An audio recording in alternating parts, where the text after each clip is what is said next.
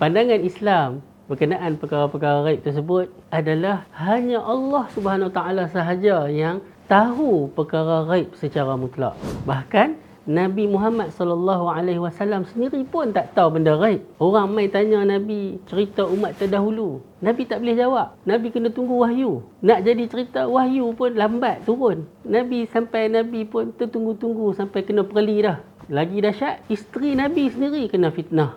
Curang. Tu pun Nabi tak tahu isteri dia memang curang ataupun isteri dia kena fitnah. Kesimpulannya, dakwaan mengetahui hal-hal ghaib adalah sesuatu yang dilarang kerana ia adalah dusta dan palsu.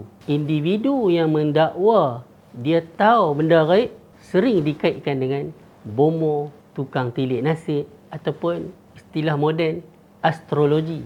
Wahyu kepada para nabi dan rasul adalah satu-satunya cara untuk mengetahui perkara ghaib dengan sah dan benar. Inilah apa? Inilah Islam kita. Jangan lupa follow, like dan share video ni sekiranya ia bermanfaat untuk anda.